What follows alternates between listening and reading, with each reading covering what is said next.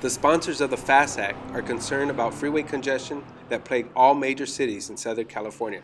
They are proposing Assembly Bill 1010, or the Future Accessible Speedy Transportation Act, also known as FAST.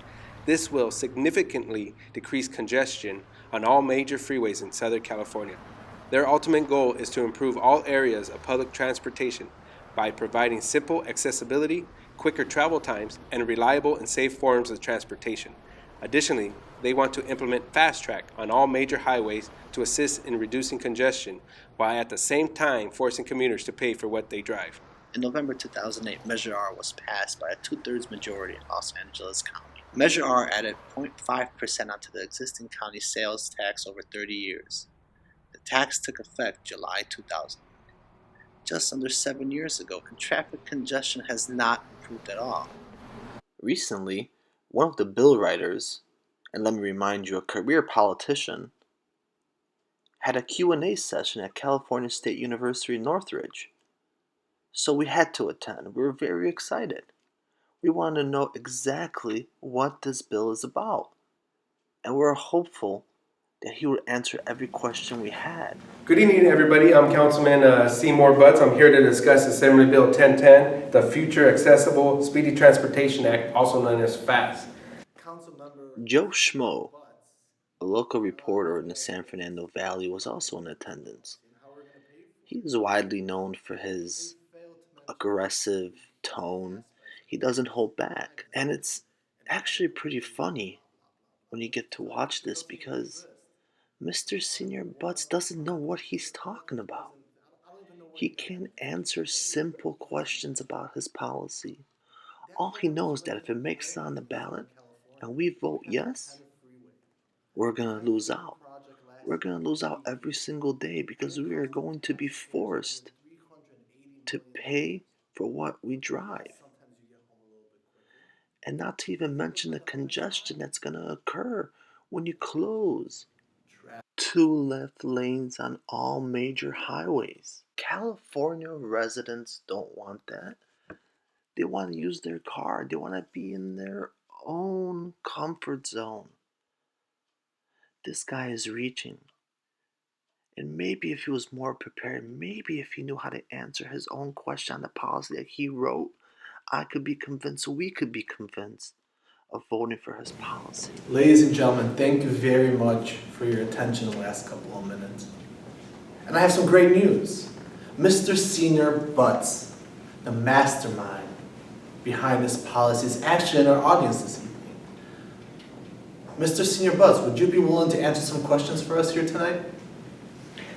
I'll be very happy. Thank you for bringing me up here. I'll be here to discuss Assembly Bill 1010, also known as the Future Accessible Speedy Transportation Act, or FAST Act. Do I have any questions in the audience regarding this? How do you plan to pay for this policy or for this act? Well, if you would look on page 8, Article 13, you would see that we're going to help fund this FAST Act by implementing the Fast Track on all major highways. With the Fast Track... Can I cut you off for a second, sir? Please, go ahead. So how are you going to build more lanes to incorporate the Fast Track? Well, how are you going to pay we're for not going to that? build more lanes. We're going to use the already existing carpool lanes. But don't you think that's going to cause more congestion? At first, yes. But once... So what is your goal? If your goal is to reach... Once it is implemented, people who are individuals in a car are going to pay a toll to use the Fast Track. This toll obviously will increase or decrease depending on the time of day. Sir, are you telling every person in this classroom, every person in this audience here tonight, that you're going to charge me to drive on the highway? What if I don't want to pay? What is the consequence? Only if you're going to use the carpool lane. If you choose not to use the carpool lane, you could use the other lanes. Does that mean I'm going to be stuck in more traffic now? No. Sir, I make $8 an hour. I can't afford to spend then you'll have $10 the option to use the regular lanes. Those who can't afford it will use the Fast Track lane. Also, to help fund this, we're going to use... This happened on multiple occasions. He didn't know how to answer the question. Let me look at this again. Very important. We're going to... How are you going to fund your project? We're going to advertise. I'm sorry, I lost my train of thought here. We're going to advertise on all major bus lines. How are we going to pay for the advertisement, sir? We're not going to pay for it.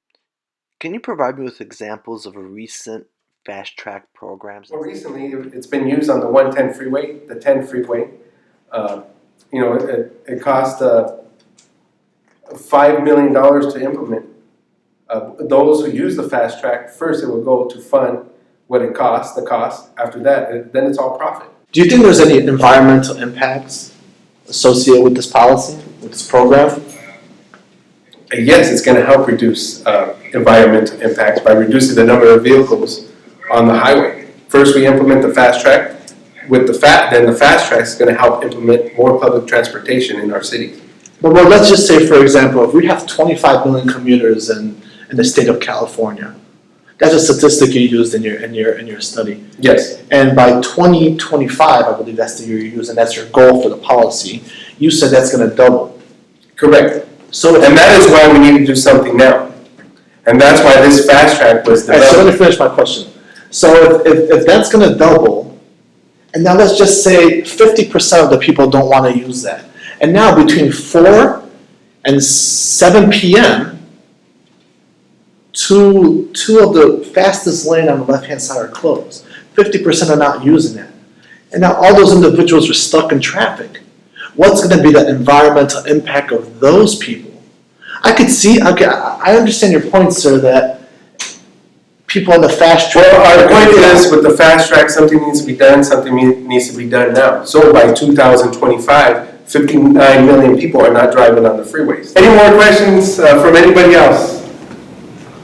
Thank you, that'll be my time. Thank you very much, sir. All right, ladies and gentlemen, yes, sir, we have the honor of having Mr. Seymour Butts, or Councilman Seymour Butts, join us at our town hall. It was a great experience. He failed to mention a few key things. The fast track does already exist. The 10, the 405. And the 405 is a perfect example. It still takes you 10 hours to go 2 miles. What does he think he's going to do? What does he think he's going to do? He's not going to change anything. He's not going to make a difference. All he's going to do is reach in our pocket and force us to pay to drive on our roads. The 10 expansion of the fast track costs like $80 million, just startup cost. That doesn't include construction and everything else that goes into that type of project.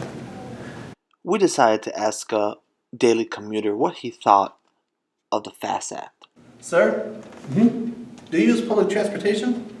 Not too much, sir. Why not? Or, a fast act, muy rápido policy, well, it's not too convenient for me. I have to work, get there to work early, wake up early at 5 in the morning. And it takes me 3 hours to get work on public transportation. I'd rather stay with a convenient, private, comfortable mode of transportation, which is my personal car.